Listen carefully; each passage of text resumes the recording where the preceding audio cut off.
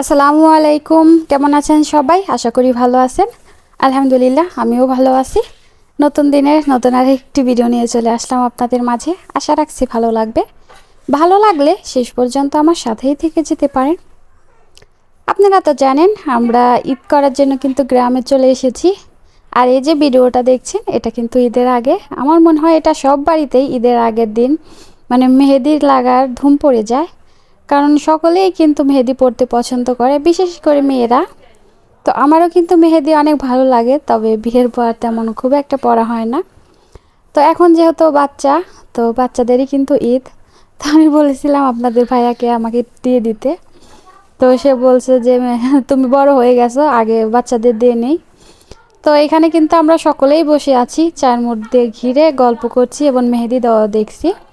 তো সব কিছুই আপনাদের সাথে দেখাতে পাচ্ছি না, কারণ ক্যামেরার সামনে তো আর সকলেই আসতে চায় না, তো সেজন্য কিন্তু দেখানো হচ্ছে না। তারপরে যতটুকু সম্ভব আমি আপনাদেরকে দেখানোর চেষ্টা করছি, তারপরেও মনে হচ্ছে যে আপনাদের ভালো লাগবে। তাই তো আপনাদের ভাইয়া মেহেদি দিয়ে দিচ্ছে, তো ফোনে দেখে দেখে দিচ্ছে। তো কেমন হয়েছে সেটা কিন্তু অবশ্যই কমেন্টে জানাবেন। তো আমার মেয়ে ঘুমিয়েছিল, তো ঘুম থেকে উঠে আমার মেয়েকেও দিয়ে দিয়েছে। তো মেয়েকে খুব সিম্পলভাবেই দিয়েছে। তো এই তো সব কিছু দেওয়া কিন্তু শেষ হয়ে গেছে। আর দেওয়ার সাথে সাথে মেয়ে বলছে যে এখন আমাকে উঠিয়ে দাও, উঠিয়ে দাও। আর এই তো ঈদের দিন সকালে সবাইকে জানাই ঈদ মোবারক। সকলের ঈদ কেমন কাটলো সেটা কিন্তু অবশ্যই কমেন্টে জানিয়ে দেবেন। তো ঈদের দিন সকালে এই যে নামাজ পড়ে এখন ঘর দুয়ার সব ঝাড়ু দিতে শুরু করেছি। কারণ ঈদের দিন কিন্তু সকাল সকাল উঠতে হয় এবং কাজকামও সকাল সকাল করতে হয়। তো সকাল সকালে এই যে নামাজ পড়ে প্রথমে হলো রুমটা ঝাড়ু দিয়ে নিচ্ছি, তারপরে উঠান ঝাড়ু দেব, রান্না বান্না তো আছে। তো যেহেতু আমরা দুজা কিন্তু দু রকম কাজ করি।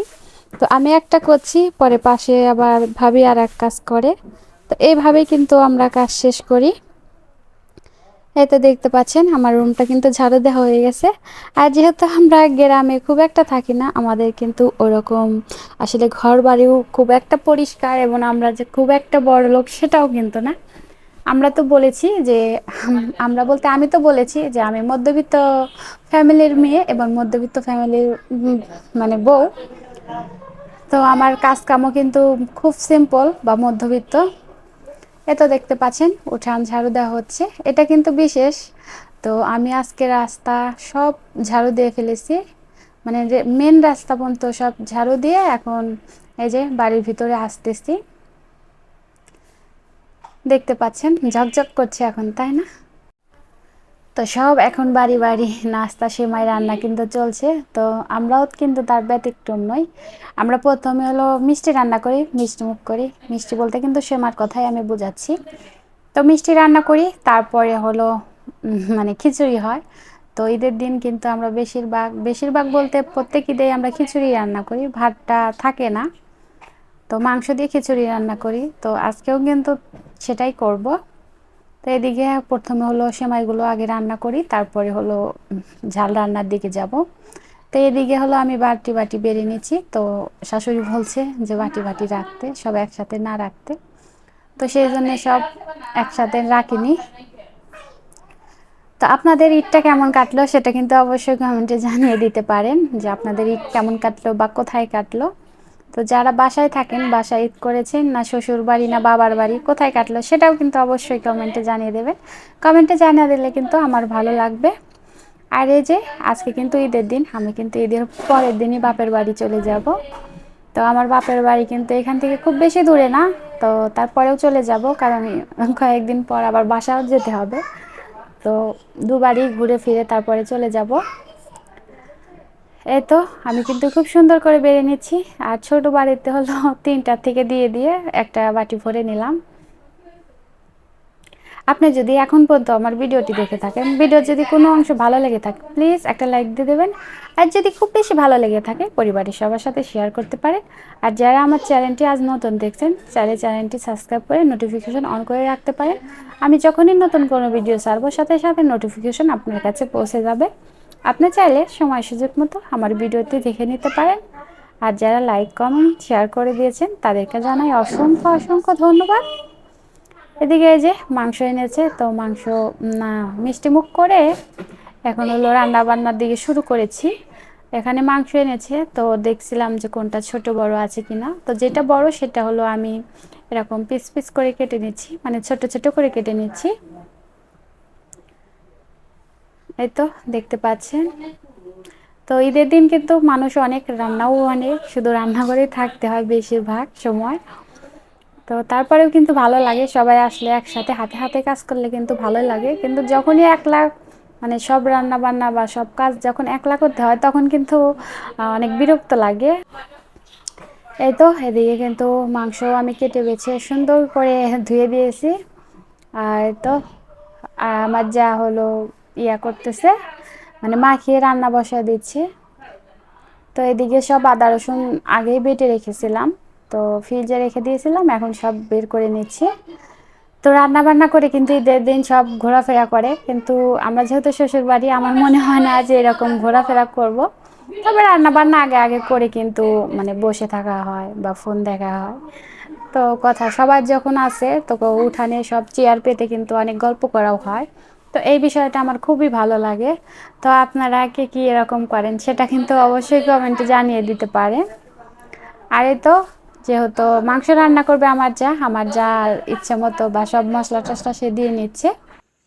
এই তো এদিকে মাংস টাংস সব মাখিয়ে বসিয়ে দিল। তো রান্নাঘরে আসলে বেশিরভাগ অন্ধকার, তো লাইট আছে খুব একটা আলো নেই, তো সেজন্য বেশিরভাগ দেখাতে পারলাম না। আর এই তো মাংস রান্না কিন্তু হয়ে গেছে। আর মাংস রান্নার পরে আমি খিচুড়ি বসিয়ে দিয়েছি। এই তো খিচুড়িটা কিন্তু পোলার চাউল দিয়ে রান্না করছি। তো খিচুড়িটাও খেতে মজা হয়েছিল এবং মাংস খেতেও অনেক মজা হয়েছিল। এই তো অনেক সুন্দর করে চালটা ভেজে নিয়েছি, এখন হলো পানি দিয়ে দেব। তো আমি প্রথমে মেপেই পানি দিয়েছিলাম, তবে কি যেন কারণে হলো মেপে আর দেওয়া হয়নি, আমি আন্দাজ মতোই আমি পানি দিয়ে দিয়েছি। এই যে নাস্তা খাও। নাস্তা বাহিরেই দিলাম, ঘরের মধ্যে অন্ধকার, আসলে কারেন্ট সমস্যা। ঈদের খাবে ঈদের দিন সকালবেলা বিসমিল্লাহির রহমানির রহিম সকালবেলা শুরু করলাম। ঈদের দিন সকালে মিষ্টি খাইতে হয়। দীর্ঘ 1 মাস পরে সকালবেলা খাচ্ছি, খুব ভালো লাগতেছে। 1 মাস সারাদিন খাইতে পারি নাই, খালি রাতে আর রাতে খাইছি। এখন সকালবেলা খাওয়া শুরু করছি, ভালো লাগতেছে।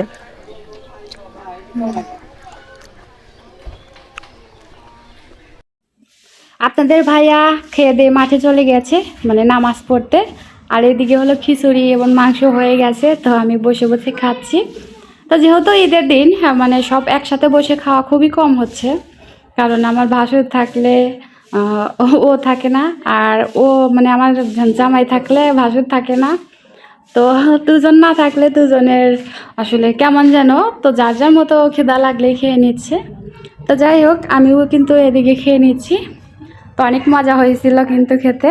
আর এদিকে হলো আপনাদের ভাইয়া যে মাঠে গেছিল, তো ওইখান থেকে কিছু ভিডিও করে এনেছি আমার জন্য, তো সেটা আপনাদের সাথে শেয়ার করছি। তো যারা গ্রামে থাকেন তারা তো জানেন গ্রামের ঈদ এবং ঈদগাহ নামাজ পড়া আনন্দের মুহূর্তগুলো তো কেমন হয়। আর যারা জানেন না আমি তাদেরকে একটুখানি দেখিয়ে দিচ্ছি, আশা করছি আপনাদের কাছে ভালো লাগবে। তো এদিকে টাকার কালেকশন করে হলো নামাজ পড়ানো হচ্ছে এবং মোনাজাত হয়েছে।